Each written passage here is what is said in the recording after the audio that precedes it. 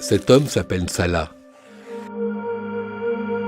Il regarde le pied et la main coupés de Boali, sa fille âgée de 5 ans.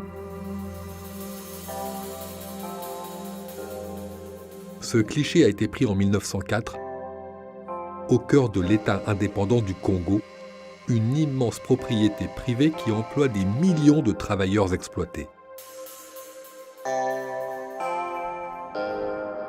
Derrière l'objectif, Alice Seeley Harris, une jeune Britannique sans expérience de photographe, mais dont les images vont déclencher un coup de tonnerre, jusqu'à déstabiliser le pouvoir tyrannique du propriétaire des lieux, Léopold II, le roi des Belges.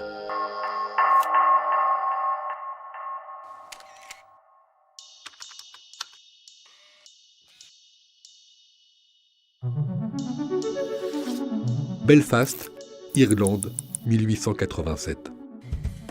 Pour son fils Johnny qui aime faire du tricycle, John Boyd Dunlop invente l'ancêtre de la chambre à air, un tube de caoutchouc rempli d'air fixé à une roue de vélo. Les cyclistes adorent, les frères Michelin aussi. André et Édouard perfectionnent l'idée et l'adaptent à l'automobile alors en plein essor. Conséquence, la demande de pneus provoque un boom du caoutchouc. Et du caoutchouc, il y en a plein ces lianes sauvages qui regorgent de latex. On les trouve partout dans les forêts de l'État indépendant du Congo. Un territoire grand comme 4 fois la France. Son propriétaire, le roi des Belges, Léopold II, veut aller vite, très vite. Il faut saigner ces lianes sans tarder, avant que les plantations d'arbres à caoutchouc des pays concurrents, en Amérique latine et en Asie, parviennent à maturité. Après avoir fait main basse sur l'ivoire de la région, Léopold II ordonne la collecte du maximum de caoutchouc. Il est d'autant plus pressé qu'il sait qu'il peut gagner très gros pour 3 raisons.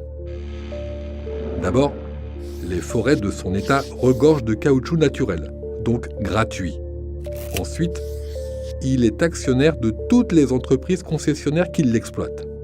Enfin, ces entreprises payent les travailleurs avec des babioles, des objets sans valeur ou du tissu bas de gamme, par exemple.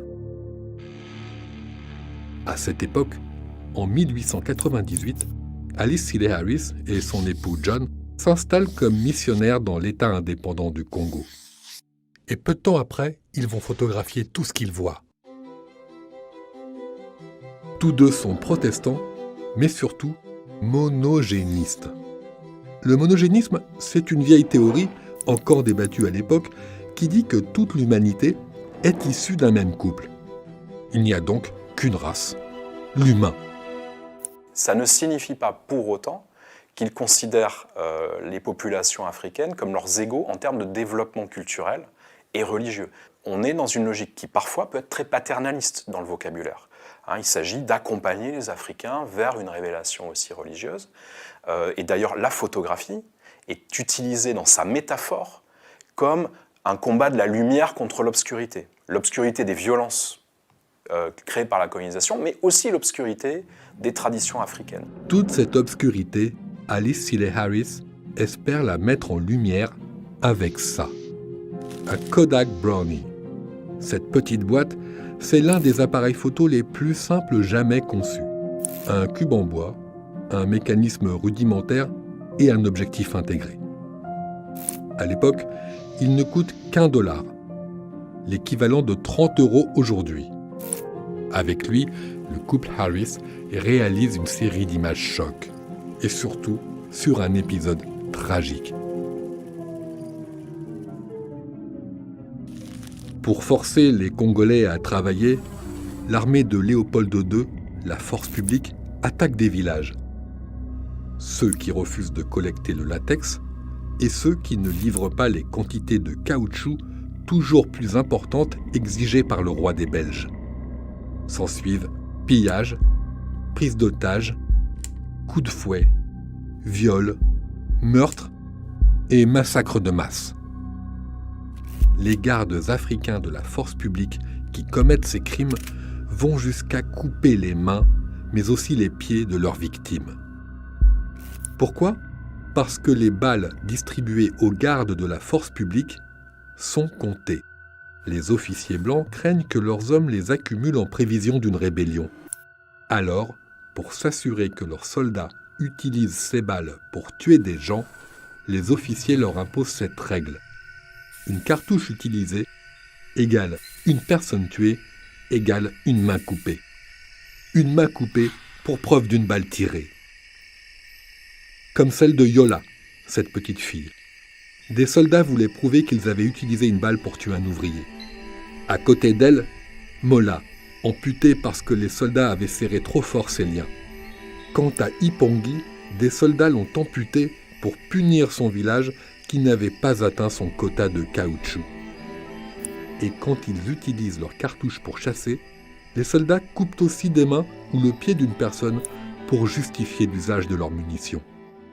Bref, des témoins ont rapporté que la force publique coupait tellement de mains que des soldats les fumaient pour les conserver afin de les présenter plus tard à leurs officiers belges. Très vite, la population locale comprend que la photographie peut lui sauver la vie. Des victimes se rendent à la mission des Silleharris pour que le couple photographie leur mutilation. Il ne faut pas les regarder comme des gens totalement passifs et des sujets absolument incapables d'agir dans ces photographies. Ils ont décidé d'une certaine manière d'exposer la violence sur leur corps. Alors, pas forcément tous, on a des enfants, évidemment, et les populations locales elles-mêmes comprennent aussi, quelque part, l'intérêt que peut avoir cette situation où des Européens vont faire sortir l'information sur ce qui leur arrive pour le montrer au reste du monde. Ce reste du monde, ce sont en particulier les Européens qui vont découvrir ces atrocités. Notamment grâce à cet outil, une lanterne magique. Une fois développée, la pellicule photo est projetée sur un écran, comme au cinéma. Alice Silleharris enchaîne les conférences, plus de 200 sous les auspices de la Congo Reform Association, une organisation qui réunit intellectuels et activistes bien décidés à en finir avec les exactions de Léopold II.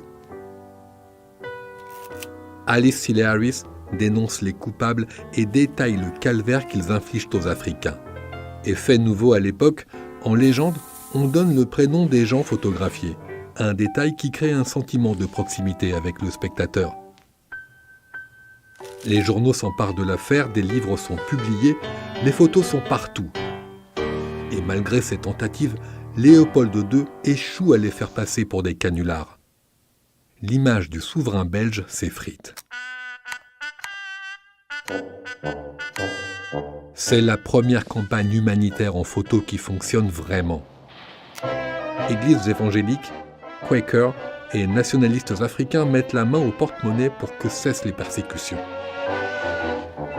Et puis, il faut bien dire que cette campagne humanitaire contre ces crimes tombe à point nommé pour les empires coloniaux français, britanniques et allemands, où les populations colonisées sont bien souvent maltraitées. Et l'émergence du scandale du Congo va permettre d'une certaine manière de braquer les projecteurs en direction de Léopold II et de ses pratiques atroces qui sont très diffusées dans la colonie dont il est le souverain. Et on va très rapidement se retrouver dans ce qu'on pourrait appeler, au fond, une guerre d'images. Caoutchouc, diamants, ivoire, bois précieux. L'exploitation des richesses de cette région, conjuguée aux épidémies et à la famine, aurait coûté la vie à des millions de Congolais.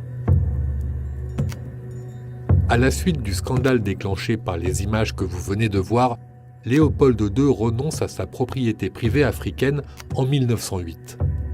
L'État indépendant du Congo devient le Congo belge, une colonie sous administration du gouvernement belge. L'année suivante, Léopold II meurt. Son cortège funèbre traverse Bruxelles sous des huées. Alice Silleharis est morte à l'âge de 100 ans dans une relative indifférence. C'était en 1970. Pour voir ses photos, on vous a mis un lien sous la vidéo. Pour en savoir plus sur ces crimes quasiment oubliés pendant un siècle, voici 3 livres qui peuvent vous être utiles. D'abord, une étude historique très documentée, Les fantômes du roi Léopold, de l'américain Adam Hochschild. Et là, il pleut des mains sur le Congo. L'auteur, Mark Wiltz, à travers les écrits des témoins de l'époque, a tenté de retracer l'histoire de ces atrocités au Congo. Autre livre, un roman cette fois, et oui, Au cœur des ténèbres de Joseph Conrad. L'histoire, c'est une quête, celle d'un homme qui remonte le fleuve Congo à la recherche d'un Européen, un certain Kurtz, adulé par les populations locales alors qu'il est un criminel sanguinaire. Le réalisateur américain Francis Ford Coppola s'est largement inspiré de ce livre pour son film Apocalypse Now.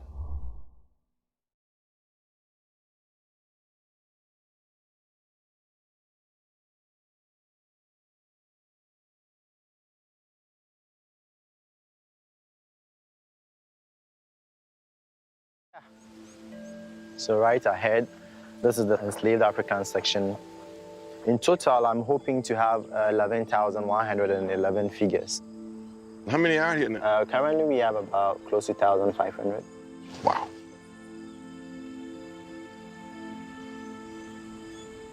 Traditionally, in African art and African religion, the head represents everything, your soul, your being. It has your eyes, and we can have all the expressions.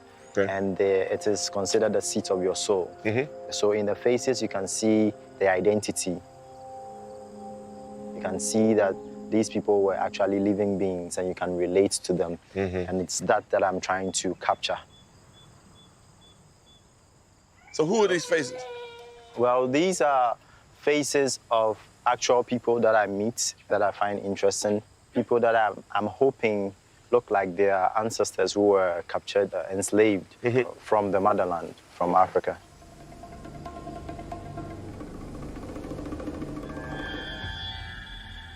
I'm trying to have as many faces as possible. Hopefully you can see your uncle in there, you can see your kid brother, and then you can also see your mother. Yeah, it's crazy because I can just look in just one section right here and I can identify people that I know. It's painful because it's about these people that have become insignificant over the years. And that is exactly why I'm doing this, trying to get a piece of all of these people back.